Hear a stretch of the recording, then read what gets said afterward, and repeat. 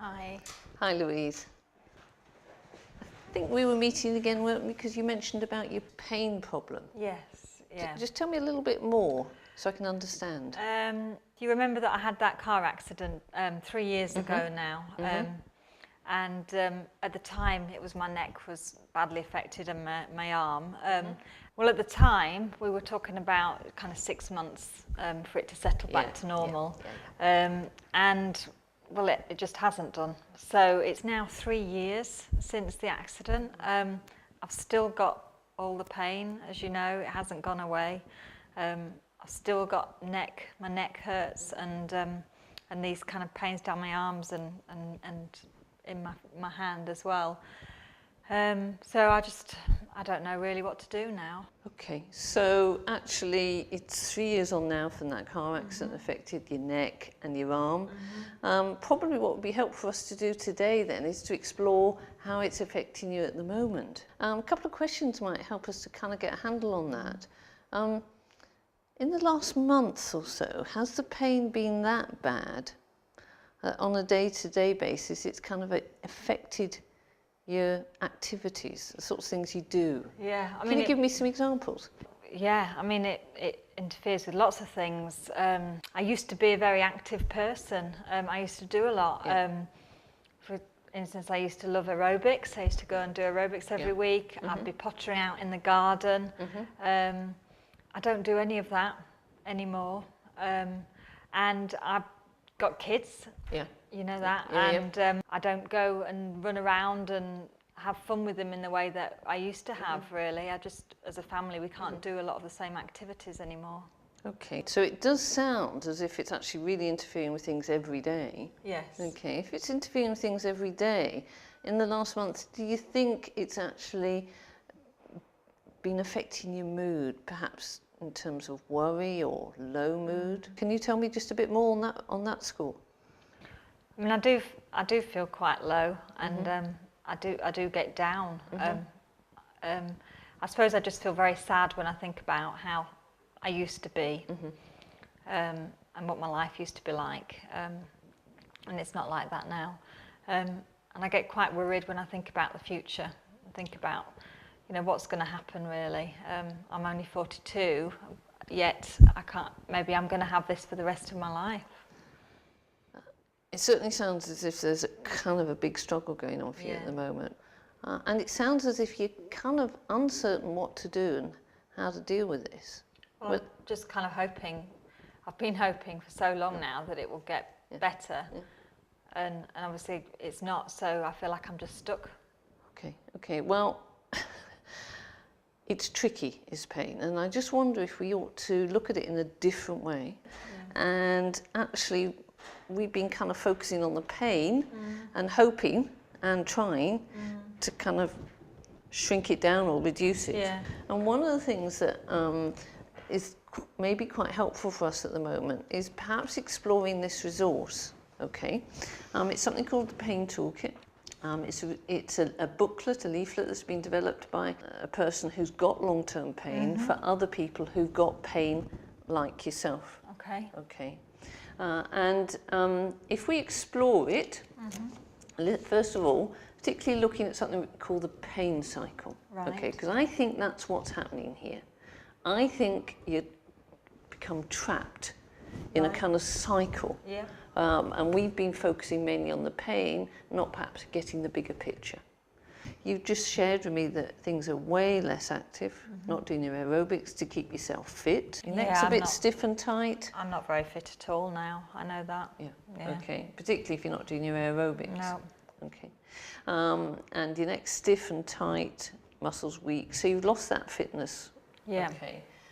Your gardening, you're not doing as much at all, and certainly not doing things with the kids. Does that ring true for you? It is true, Yeah.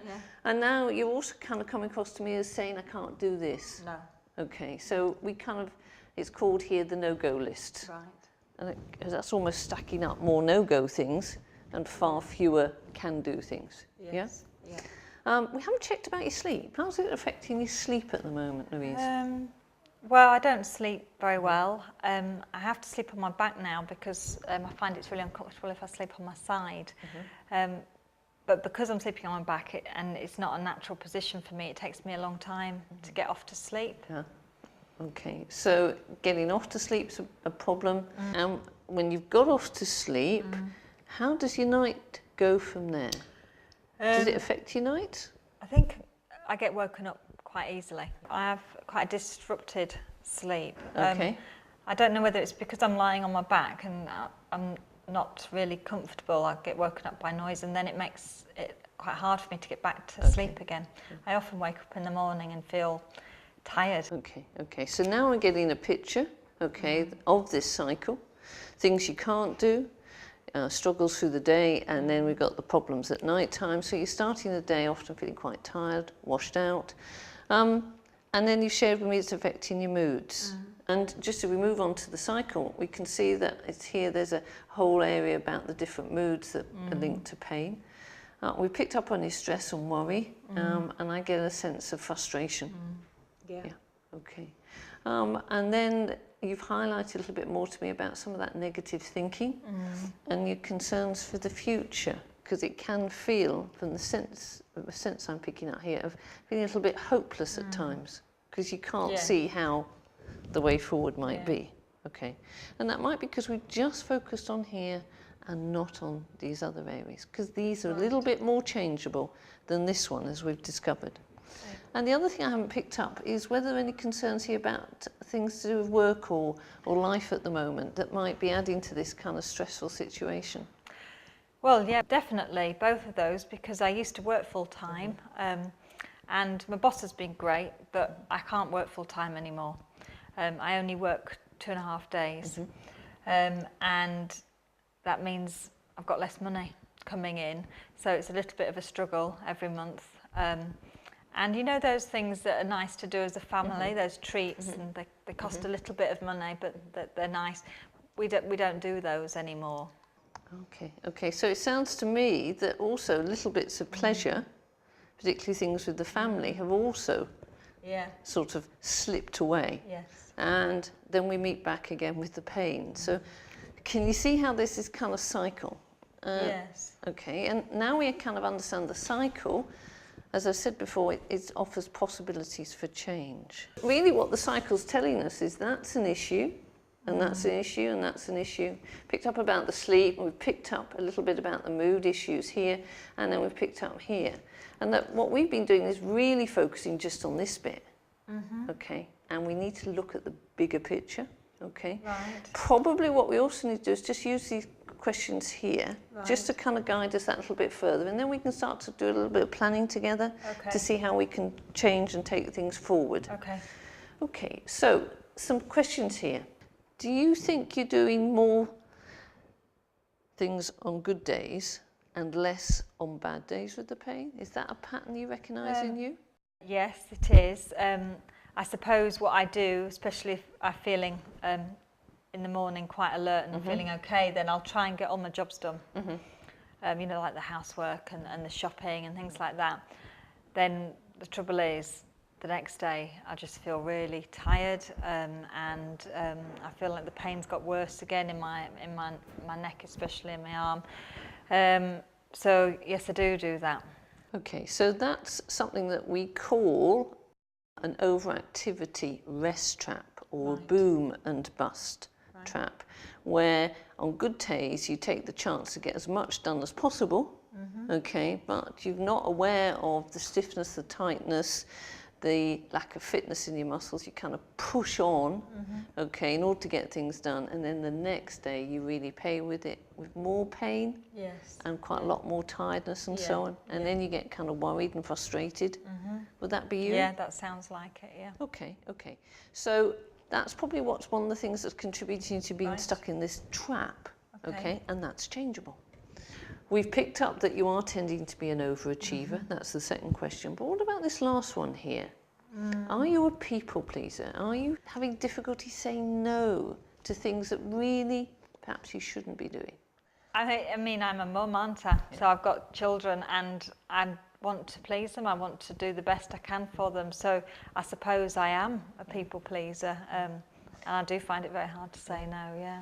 Okay, so I think now we've built up quite a picture about what's really happening here.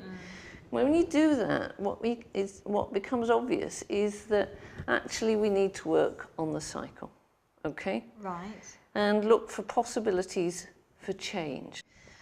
What I think would be helpful at this point is to kind of make a bit of an action plan, okay? So that you could perhaps have a look and explore the resource between now and next time. We get down a little action plan, is that okay? Yep. First thing, just to guide us, would be for you to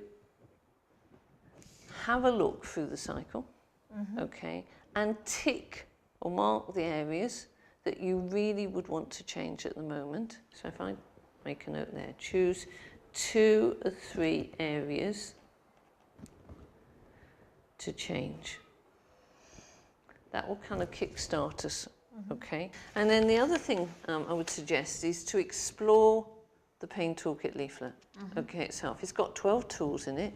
It's got lots of ideas and suggestions to help you understand what you would need to do to manage you, your moods, your life, Right. okay, Yeah. and therefore the pain, okay.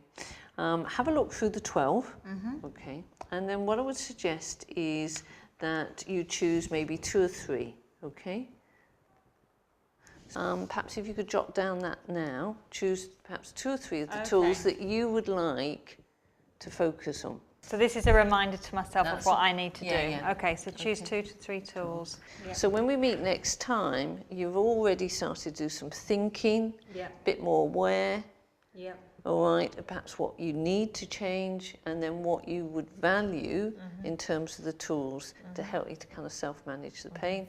The reason we're doing that is that actually other people with pain have discovered this is very helpful, and it helps people to grow their lives and shrink down some of the pain. Okay. Right, okay, well, let's explore, discover what happens, Yes. and see how we go. Okay. Thank you. Okay.